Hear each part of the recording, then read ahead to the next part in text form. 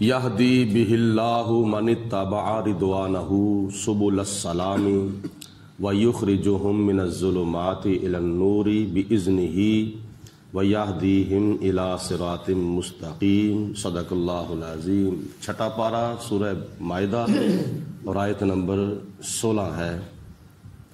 اللہ تعالیٰ ارشاد فرماتا ہے یہدی بہللہ، اللہ تعالیٰ ہدایت عطا فرماتا ہے اس کو من اتبع رضوانہ، جو اس کی رضامندی کی پیروی کرتا ہے، یعنی جو اللہ تعالیٰ کی رضامندی کی پیروی کرتا ہے اللہ اس کو ہدایت عطا فرماتا ہے۔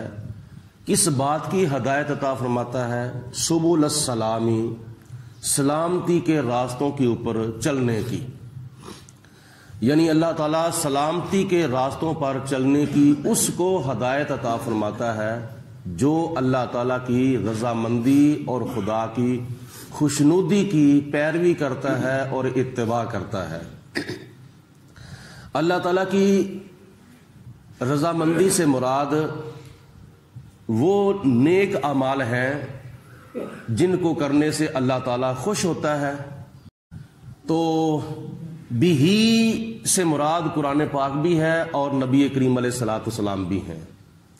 پیچھے کتاب کا بھی ذکر کیا گیا اور صاحب کتاب کا بھی ذکر کیا گیا، یعنی اللہ تعالیٰ نے فرمایا قرآن بھی آیا اور قرآن والا بھی آیا، اور یہاں سے مراد حضور علیہ الصلوۃ والسلام بھی ہیں اور قرآن پاک بھی ہے۔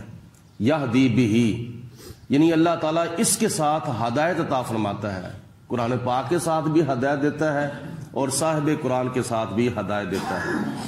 نبی کریم علیہ الصلوۃ والسلام ہادی بن کر دنیا میں تشریف لائے اور آپ نے ایسی ہدایت عطا فرمائی کہ بڑے بڑے سرکشوں کو اور بڑے بڑے ضدیوں کو اور بڑے بڑے ہٹ درموں کو حضور علیہ الصلوۃ والسلام نے تبلیغ فرمائی اور وہ نبی پاک علیہ السلام کا کلمہ پڑھ کر مسلمان ہو گئے۔ بلکہ جب حضور علیہ الصلوۃ والسلام تشریف لائے تو حدیث پاک میں آتا ہے شیطان رویا، شیطان نے چیخیں ماری، تو اس کے چیلوں چمچوں نے پوچھا کہ آپ کو کیا ہو گیا ہے؟ 1,00,000 کئی ہزار نبی رسول پیغمبر تشریف لائے تو تو گھبرایا نہیں، تو اس کے آنے کی وجہ سے تو کیوں گھبرا گیا ہے؟ وہ کہتا ہے کہ ان کے آنے میں اور ان کے آنے میں فرق یہ ہے کہ ان میں سے کئی ایسے بھی پیغمبر تھے جنہوں نے 950 سال تبلیغ کی تھی، تو میں نے صرف اور صرف 90 لوگوں کو کلمہ پڑھنے دیا تھا، باقی سارے لوگوں کو اپنے جال میں پھنسا لیا تھا، اور بلکہ نوح علیہ السلام کا بیٹا خود میں نے اپنے دھڑے لگا لیا تھا۔ تو اس کی آمد کے موقع پر اس لیے رو رہا ہوں کہ اس نے تو ایسے پتھر کی طرف بھی نگاہ کرنی ہے تو پتھر نے بھی کلمہ پڑھ جانا ہے، درخت کی طرف دیکھنا ہے تو درخت نے بھی کلمہ پڑھ جانا ہے۔ تو یہ اس کی تو نگاہ کا ہی اتنا اثر ہوگا کہ بے زبانوں نے بھی کلمہ پڑھ لینا ہے، اس لیے میں رو رہا ہوں۔ تو نبی کریم علیہ الصلوۃ والسلام کی نگاہ جس طرف اٹھ جاتی تھی بس اس طرف اسلام کا بول بالا ہوتا جاتا تھا۔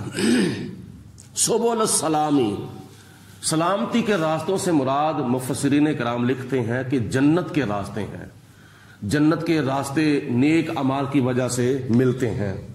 وَيُخْرِجُهُم مِّنَ الظُّلُمَاتِ إِلَى النُّورِ بِإِذْنِهِ، اللہ تعالیٰ فرماتا ہے کہ میں ان کو ظلمتوں سے نکال کر نور کی طرف لے جاتا ہوں اپنے حکم سے، یعنی اپنی توفیق سے۔ میں ان کو توفیق دیتا ہوں کہ وہ ظلمتوں سے نکل کر نور کی طرف آتے ہیں، یعنی کفر کے اندھیروں سے نکل کر ہدایت کی روشنی کی طرف آتے ہیں۔ وَيَهْدِيهِمْ إِلَىٰ صِرَاطٍ مُسْتَقِيمٍ، اور اللہ تعالیٰ ان کو سیدھے راستے کی ہدایت عطا فرماتا ہے۔ دنیا کے اندر جب بندہ دنیا کے اندر سیدھے راستے پر چلے گا تو قیامت کے دن اللہ تعالیٰ ان کو جنت کے راستوں پر چلنے کے لیے آسانیاں عطا فرما دے گا۔ صراط مستقیم سے مراد اللہ کے نبیوں کا راستہ ہے، صحابہ کرام کا راستہ ہے، شہداء کرام کا راستہ ہے اور اولیاء کرام کا راستہ ہے، اور یہ 4 لوگ ایسے ہیں جن کے اوپر اللہ تعالیٰ نے انعام فرمایا، اور نماز کے اندر بھی ہم یہی دعا کرتے ہیں، اہدنا الصراط المستقیم، یا اللہ ہمیں سیدھے راستے پر چلا۔ اور آگے راستہ بھی ہم خود ہی منتخب کرتے ہیں کہ صراط الذین انعمت علیہم، یا اللہ ان لوگوں کے راستے پر چلا جن پر تو نے انعام کیا ہے، اور وہ انعام یافتہ لوگ انبیاء، صدیقین، شہداء، صالحین ہیں جن کے اوپر خدا تعالیٰ نے انعام کیا ہے۔ ہم دعا کرتے ہیں یا اللہ ہمیں نبیوں کے راستے پر چلا، ہمیں صحابہ کرام کے راستے پر چلا، ہمیں شہداء کرام کے راستے پر چلا، ہمیں اولیاء کرام کے راستے پر چلا۔ اور راستے پر چلنے کے 2 ہی طریقے ہیں، سیدھے راستے پر چلنے کے 2 ہی طریقے ہیں، عملی طور پر اور اعتقادی طور پر۔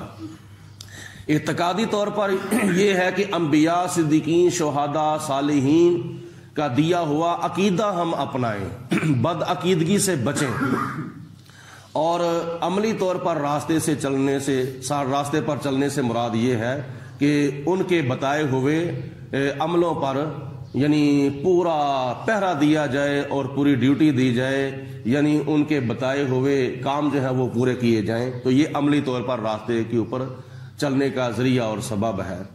نبی کریم علیہ الصلوۃ والسلام بھی ہادی ہیں اور قرآن پاک بھی ہادی ہے، اور حضور علیہ الصلوۃ والسلام بھی ہدایت دیتے ہیں، قرآن پاک بھی ہدایت دیتا ہے، دونوں کی ہدایت ایک ہی ہے۔ فرق یہ ہے کہ قرآن پاک تحریری طور پر ہدایت دیتا ہے، تحریر کی شکل میں ہدایت دیتا ہے، نبی پاک علیہ الصلوۃ والسلام تقریر کی شکل میں ہدایت دیتے ہیں۔